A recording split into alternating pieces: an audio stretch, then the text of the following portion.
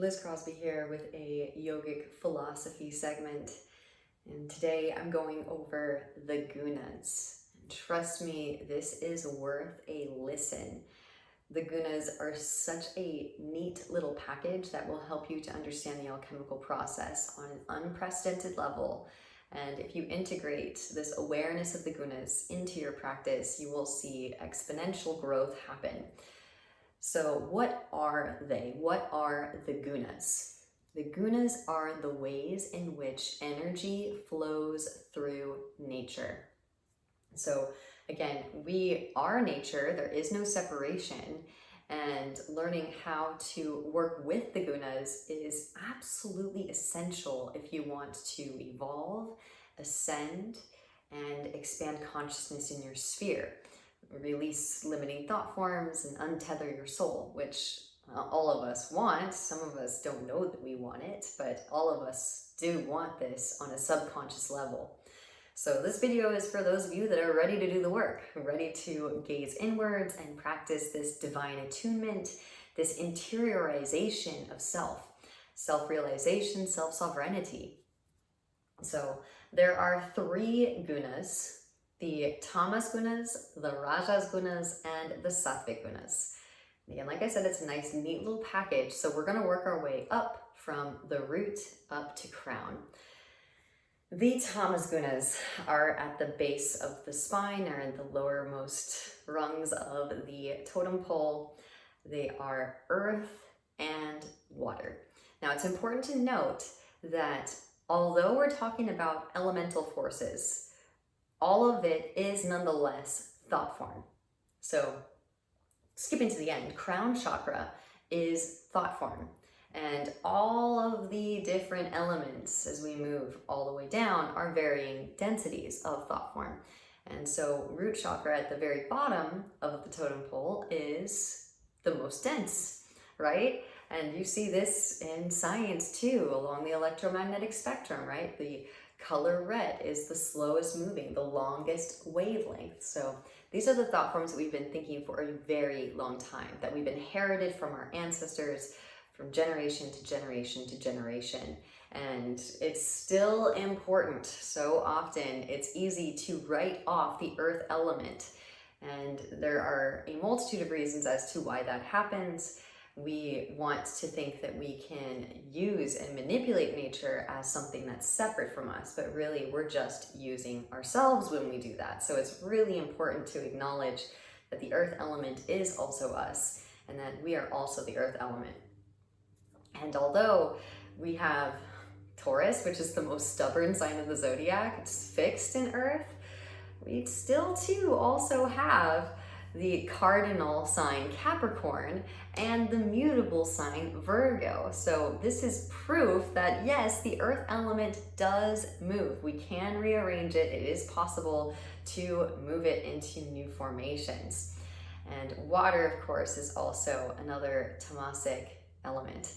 So there is a misnomer with the gunas, and it is used as a descriptor, as an adjective to describe various individuals based upon their behavioral patterns or their various indulgences. And this is a huge misnomer, because all of us are inherently tamasic, because we are all incarnating in human form in 3D. So we all have a certain amount of tamasic energy. And the tamas gunas are considered to be lethargic, right? Lazy. Sometimes in severe cases, it can cause depression. But again, these are representatives. They're letting us know what our work is in our investigation, in our unearthing, in our excavation, as we work to embody the flower of life, the universal grid, the Sri Yantra. So most of us can't embody the flower of life right now. So that means that the earth and the water element are in disarray, and that's okay. But they are, wherever they stand, going to create your holographic projected reality. So by becoming aware, conscious and aware, you can reform where the earth and the water elements lie in your electromagnetic field, and therefore change your script, right? The holographic projected reality that you're experiencing, Maya, the illusion. And so they get a bad rap, but it's because we are assessing based upon Kali Yuga, which is the age of devolution, the age of misinformation, the age of ignorance. And so we are rising up out of the age of Kali Yuga, and we make our way directly into Satya Yuga. Why? Because there is such a pronounced, stark contrast between misalignment and alignment. And so this is why we work to rearrange these elements. This is why the asana is actually important, because you're actually moving the earth and the water elements into new formations and effectively changing the vibration and the frequency that they emit. So this leads me to the Rajas Gunas. And the Rajas Gunas are transformative in nature. There is actually a branch called Rajas Yoga. And this is also very telltale of how powerful the Rajas Gunas are. We get to work directly with the Rajas Gunas. We don't get to work directly with the Tamas Gunas or the Sattva Gunas for that matter. The Rajas Gunas are where the change takes place. And so these are really important. And again, this is also why the asana is necessitated, by virtue of the fact that we need to actually get the air element there. So how do we do that? How do we get the air element where it needs to be to reactivate the nadis, or the tubular channels that life force energy, prana, chi, runs through? By burning away the impurities first. So hopefully you can see, even right off the bat, how these elements are indispensable, they're quintessential, and they are crucial. It is absolutely a necessity that you learn how to work with these gunas if you expect to create any real change. And as they say, if you want to change your frequency, then you yourself have to play an active role in involvement. The fire element is what releases the water element. So right now, all around the planet, we are experiencing a tremendous amount of fires, right? And again, this is exemplary of the work that we need to be doing. Our planetary grid is trying to remind us that we need to stoke the flames, the Agni, the inner fire within. And without the fire, you cannot create new passageways. Because what the fire does is it's multi-purpose. The very name for solar plexus is Manipura, which means city of jewels. So there are many aspects to solar plexus. It's multi-purpose. It's I like to joke, the multi-pass through your chakra system. And the jewels are also considered to be the cerebral spinal centers, the other chakras. So this chakra unlocks all of the other chakras. It's that powerful. It is your power center. It is the center of your vortex, your sphere of existence. And the fire releases the water element, right? When you do core work, you sweat. And when you sweat, that wets the earth element so that you can remold it and sculpt it into new space. This is what allows us to expand consciousness, because when we are able to remold the self as though it were clay, then, only then, we are allowed to share life force energy with that new space as we embody ever more complex sacred geometric form. So right when you start out, it's pretty simplistic geometric forms that you're embodying, right? The asanas are really, really pared down and simplistic so that you can manage. But then as your body evolves, as you participate in this evolvement, then certain muscles will strengthen, certain muscles will become more flexible, and you'll be allowed to navigate into more space in your sphere. That's when the breath picks up the fire of solar plexus, travels through the cardiovascular system, is able to illuminate these unseen, right? Metaphysics is unseen, so we're reactivating unseen grid work, lines of energy. And this is also why we're infinite. So because we're infinite, we can always expand into new space. We can always draw more complex sacred geometric design. But we do need to get back on course, and we do need to all start actively participating to see what's happening outside of the self in our shared external reality, a change. And this is it. This is how we change. This is how we transmute the stagnant energy, which is wreaking havoc on our shared reality. So again, this is the way. We can choose to actively participate or not. And I definitely choose to actively participate. This is also why solar plexus is associated with willpower and free will. And there are some philosophers that would argue that free will does not exist. I would have to agree under certain pretext. If we're just talking about your engagement, your interaction with your holographic projected reality, and negating the Rajas gunas, then yes, everything is predetermined, determinism, and everything is probability unfolding. There is no such thing as coincidence. But if you actively participate through the invocation of the Rajas gunas, Raja literally meaning royalty, because as we embody the divine order, we are coming upon our self-sovereignty. We are conducting the Kundalini energy all the way through the chakras unlocked, so that we can reclaim our crown, Sahasrara, 1,000-petaled lotus. But what does that take? That takes mental aptitude. That takes mental faculties, right? Using our intellect to hold that space.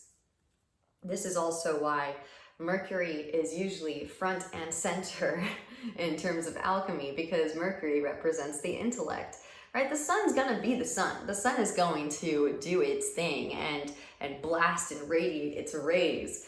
But we need to actually utilize our intellectual wherewithal to, right, rein in on our senses and embody the sacred geometric form. You might catch yourself acting a little bit like a Virgo when you become obsessed with the alignment, because you begin to realize that yes, indeed, alignment is the key to divinity. But where does all of that come from? But solar plexus, right? The power center. And what we do is we send energy down to root and rebound. When you first get into a yoga class, I'm sure you've heard it so many times before. And at first it's kind of like, wait, what? You want me to do what? Root down into the earth and pull that energy up. And to put it simply, we are essentially riding a standing still wave all the time throughout the whole practice. And you get to decide how much energy is coursing through, kind of like an ankh, right? The energy cycles, it just cycles through. The more energy you send down, the more energy you receive back up. And of course, then you use those rooting and rebounding forces to blow out your shapes and become ever more expansive and expressive in your sacred geometric forms. So this is why they say, taking it back to the air element as well, the term nirvana actually means blown out. And so as yogis, we have the 8th limb, and you can check out my video on the 8 limbs of yoga, which is samadhi, ecstatic joy, supreme bliss. So as yogis, we find so much joy in the steady reactivation of our nadis as we gradually expand in this alchemical process, right? We invoke the fire, we release the water element. Again, that's indirect because you have to invoke the fire for the water to do its thing. That what's the earth element, we use, again, our mental faculties to arrange our body in all of these geometric forms to then share the life force energy and reactivate the nadis. So the air element is also very crucial. The air element feeds the fire so that the fire can breathe. And then, of course, the air picks up the fire and distributes itself throughout the cardiovascular system as you hold the geometric forms. And, of course, the air takes back the stagnant energy, the karmic debris, the entities, the emotional energy, if you will, takes it back to the lungs, where it's then burned up again as the fire rises up to meet the stagnant air, the stale air. And then the air takes that information up through the throat for witnessing and processing. So Rajas Gunas are really crucial, and same thing as the Tamas Gunas. So often we will use the gunas as a descriptor to describe someone's personality traits. And so, of course, someone that's extremely passionate may be considered rajasic.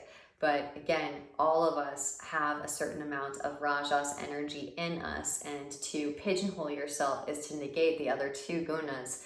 So you want to imbibe and integrate this guna into your being. If you realize that you're not necessarily too keen on lighting yourself on fire, get together with a group, put on a YouTube video, right? Put on some good music, whatever invokes that fire within you. And another thing that's really, really important to be noted is humanity, for the larger part of our existence, has been standing and sitting upright. And right, it's just not necessarily very functional to get upside down. And so because of that, the fire has not permeated the upper half of our bodies to a large extent.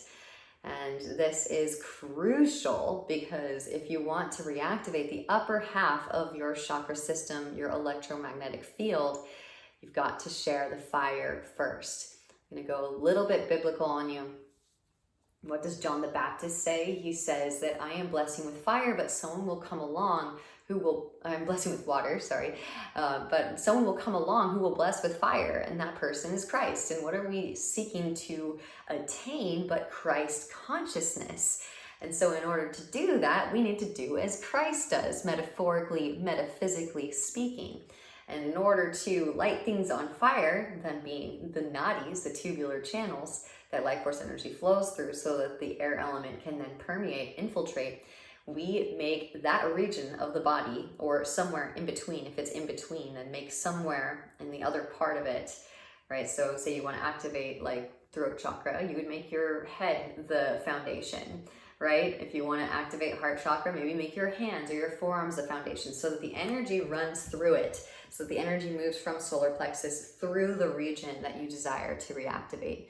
This is so important, and this is my segue to the Sattva Gunas. So often everybody wants to be sattvic. Everybody wants to say that they're sattvic, and sometimes people will say that they're sattvic because they eat sattvic foods. Yeah, it's crucial that you actually incorporate the physical part of the practice and also the rajasic elements in order to reactivate the sattvic gunas. And what are the sattvic gunas? And this is tricky stuff, because everybody's got earth, air, fire, water. Those elements are pretty commonplace. Everybody knows about those elements. And actually, even whenever you see a cross, right? A cross in the symbols for the planets, for instance, like the symbol for Venus is the cross with the circle on top. It is representative of those four elements. So what are the sattvic guna elements?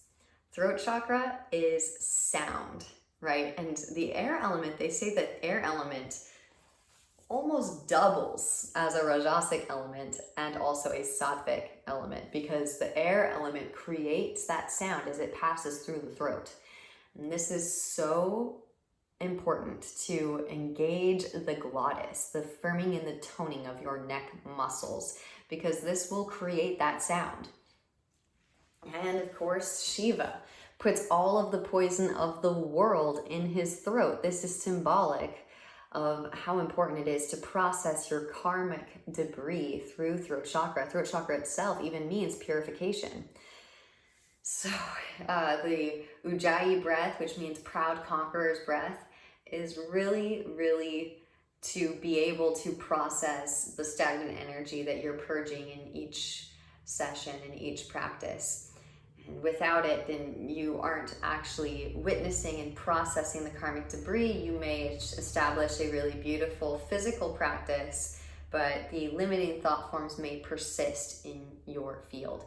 So the sattvic gunas, much like the tamas gunas, are indirect, right? The direct association, the direct correlation that we work with is the Rajas Gunas. That's why it has its own branch. There's not a branch of yoga for Tamas. There's not a branch of yoga for Satya. We are going to work with what we've got, essentially. And the earth element lies where it lies. It is what it is. And same thing, the various storylines that manifest through probability unfolding are going to make their presence known to you based upon those arrangements. And remember that we're changing and we are evolving for the benefit of all beings, and all beings are one. And so don't take yourself too seriously as you go about your excavation, as you start to confront your own shadow self, the dark space in your field that hasn't received the light from solar plexus, and who knows how long, in some instances centuries, in some instances millennia. It depends upon all sorts of things. So the Sattva Gunas play a really, really crucial role. They're indispensable. You have to actually witness it. You have to look at it. So throat chakra, smell it, taste it. Those are really, really important clairolfactory senses. You can even hear it, feel it. Sometimes energy, as it's making its way out, likes to be felt, and also see it.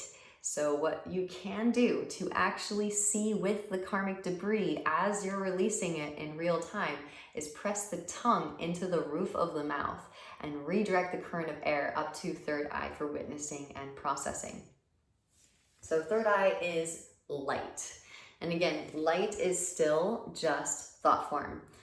All of this is varying densities of thought form, remember, from the very beginning. So again, and the light is just like the projector. It's projecting your Kundalini algorithm based upon where the earth element is. So we work alchemically to rearrange, but in order to solidify and also crystallize the reformations and the rearrangements of the gunas, we have to witness multiple storylines. So we have to witness the lower frequency storyline to understand it and to process it, and also to keep us, instill a sense of motivation, right? Because the dancing the Tandava dance, dancing into every corner of your sphere of existence is not easy. And so seeing and understanding how the darkness has its way with us when we are not holding space is also a part of this process. And yes, we are also the darkness. We're not exempt from it. Everything is us. And so it's crucial to understand how the dark has been causing unnecessary pain and suffering throughout the ages. And you can witness that with third eye, but also remember to call in the higher vibrational frequency formation. So you don't want to just stay caught in processing those lower vibrations. You want to give yourself permission to receive. And in your yoga practice, as you rearrange the tamas gunas, ask to see the higher vibrational frequency formation storylines that correlate with that rearrangement of your tamas gunas through invocation of the rajas gunas. So hopefully this is all making sense. And of course, crown chakra is thought form. That would be considered sattvic, and the energy flows up through crown and cycles back around into a higher vibrational frequency formation. And another really important aspect that I wanted to just touch upon, I'll probably do another video on this as well, is all of the gunas form the three main bandhas. So the tamas gunas connect to form Mula Bandha, union between root chakra and sacral chakra, again, earth and water. And when they're in disarray, they create distortion. They let us know our work. Then Uddiyana Bandha forms between solar plexus and heart chakra, the Rajasic Gunas, fire and air, transformative in nature. They help us to re-idealize and reform ourselves. And then, of course, the Sattvic Gunas are Jalandhara Bandha, the chin lock, throat chakra, brow chakra, sound and light, processing as we rearrange. And I can't emphasize this enough.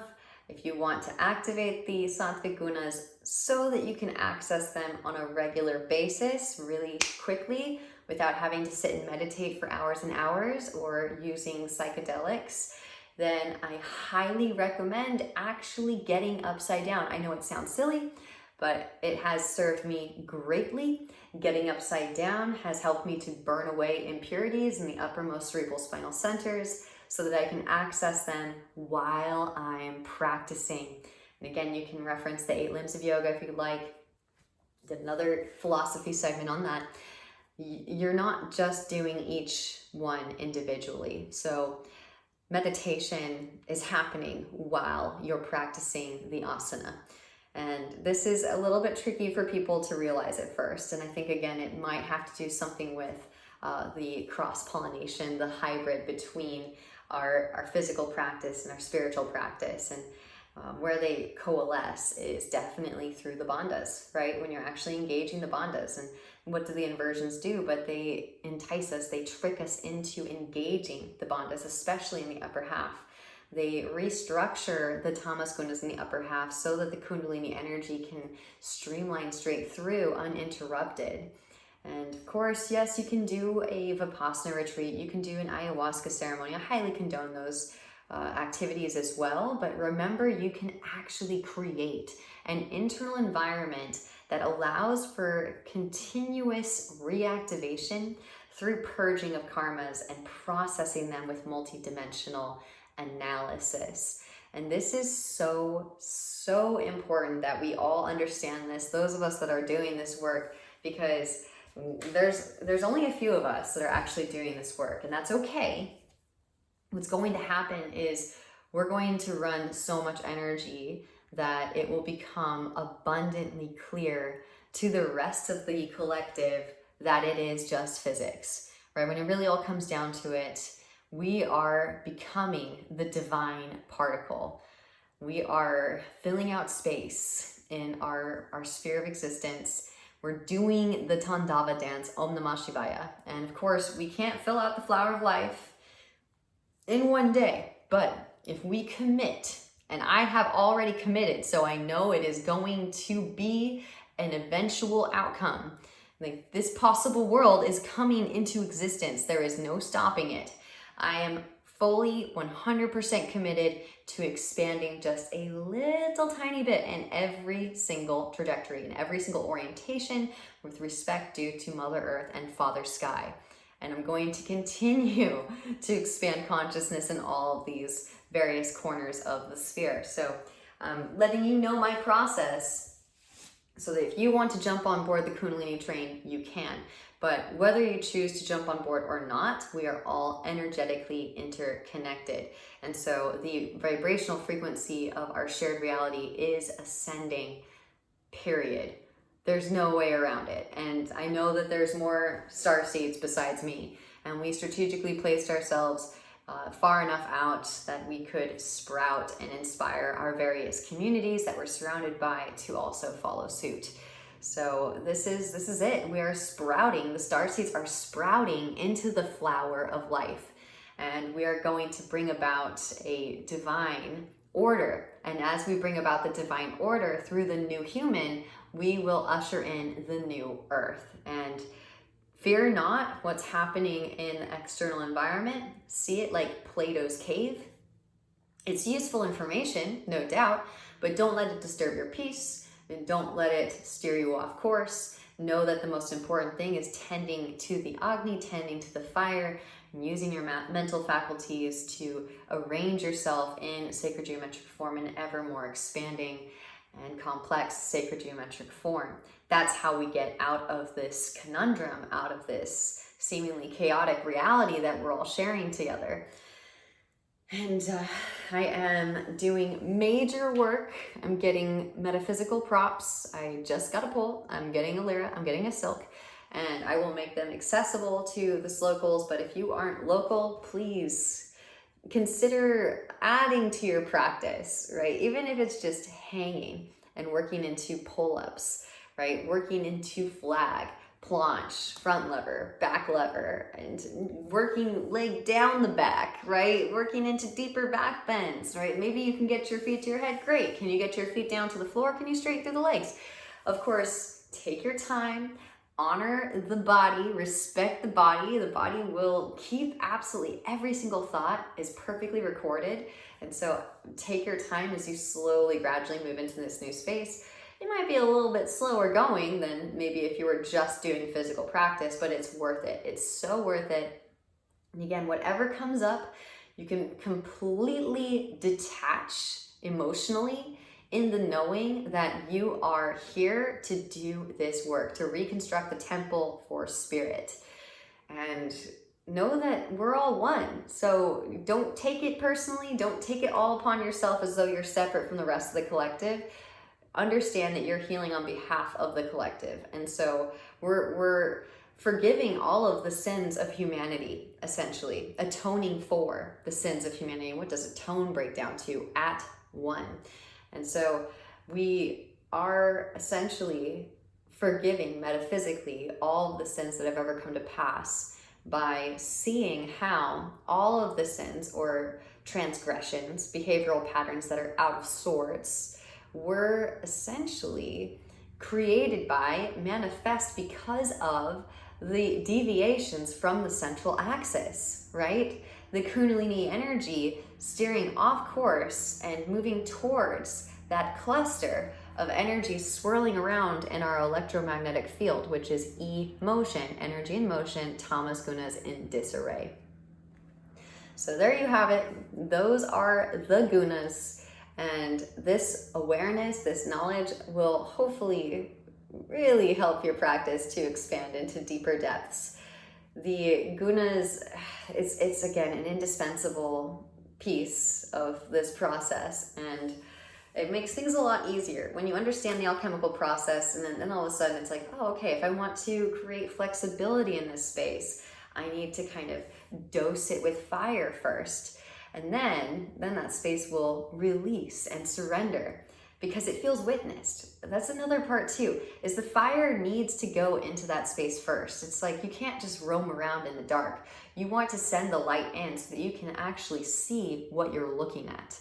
And then the bandhas are also connected to solar plexus because it's like a spiraling liquid fire tube ride. And then the more you're able to conduct energy through the bandhas, which are like sections in a wave, so it's kind of like tube riding your own spine, then third eye activates more and more and more. So talk about an excellent motivating factor to get you to do core work. And it's not just about the six-pack abs. Sometimes people will just do repetitious movement to get the six-pack abs, which is aesthetically pleasing. But and don't worry, do this work, you will probably still get the six-pack abs, but it's going to be divine core. It will serve a divine purpose in conducting the Kundalini energy up past the lowermost chakras and up into the uppermost chakras for witnessing, processing. And of course, the stronger the current, you're able to witness with more vivid clarity as third eye activates more and more and more. You might just see some colors and some sacred geometry initially at first, and then over time, you'll get stronger and more flexible, balancing the polarities like the Libra throughout the chakra system. And that current will get stronger, and then you'll be able to astral project and maybe even remote view and maybe even time travel while remote viewing. So you can see how all of the inner technology comes on board as you're doing this work. Again, the mind and the body are inseparable, and the physical and the spiritual are one and the same. Like they're very much interconnected. And if we are to become spiritual and spiritualize matter, then we actually have to hold that space because the body carries the spirit through the cardiovascular system. One thing I also wanted to mention was Ganesha is the Hindu elephant avatar, and he's commonly depicted in tattoo art. He is Gunas plus Isha. His very name has gunas in it. So becoming the ruler of your element benefits all beings. That's what his name literally means. And of course, he is associated with root chakra because that reinforces how important it is to get the earth element there. Earth element, again, even though it's so far removed from crown chakra, it's still thought form. It's the densest thought form that there is, but it's still thought form, and the earth element has got to get there. So as you rearrange your gunas, you're able to conduct more energy up through crown chakra, right? As you expand consciousness, energy allocates back into the Sushumna channel, your central axis, and that inherently benefits all beings, which is Isha. Isha is short for Ishvara Pranatanat, the fifth niyama, a part of Kriya Yoga, which is devotion to all of existence or devotion to God. Another term that has gunas in it is gunatita, which is someone that has broken free from the cycle of suffering. So there you have it, becoming aware of your gunas, learning how to work with them, to rearrange them, will allow you to break free from the cycle of suffering. So, of course, I was going to do a philosophy segment on the gunas.